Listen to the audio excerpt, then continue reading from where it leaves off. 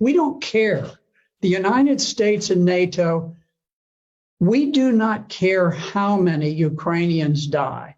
Not civilians, not women, not children, not soldiers. We do not care. Now, we are shipping fantastic quantities of weapons, and it's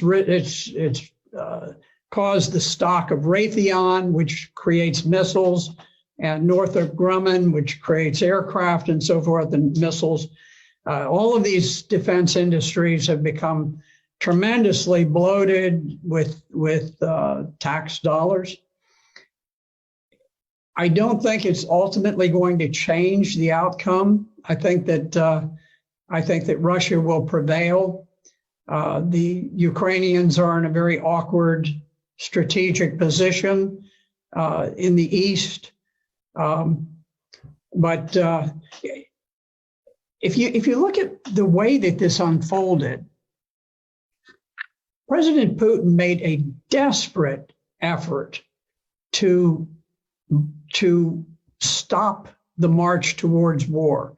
Back in December of 2021, he went so far as to put specific written proposals on the table with NATO, peace proposals to defuse what was coming about.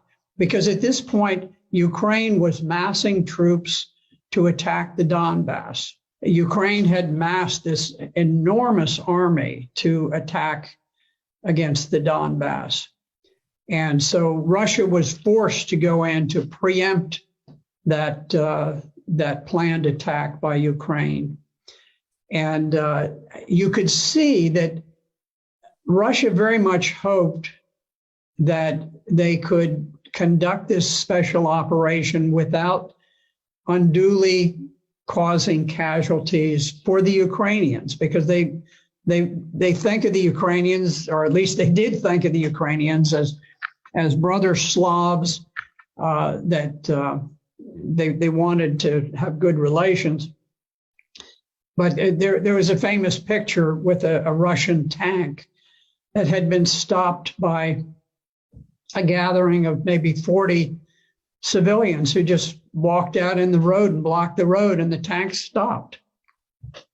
I can tell you, in Vietnam, if we had had a bunch of people who stood in the way of an American tank going through, that tank would not have slowed down in the slightest. It wouldn't have honked a horn. It wouldn't have done anything. Wouldn't have fired a warning shot. It would have just gone on. And I think that's more typical. I'm not criticizing the Americans. I was there and I was fighting, and I probably would have driven the tank straight through myself. But what I'm saying is that the rules of engagement for the Russians were very, very cautious. They didn't want to create a great deal of hatred and animosity. The Russians did not go in. They did not bomb the electrical system, the media systems, the water systems, all of these, the bridges and so forth. They tried to retain the infrastructure of Ukraine in good shape. It is amazing to look and to see that Russia dominates the air. They haven't knocked out the train systems.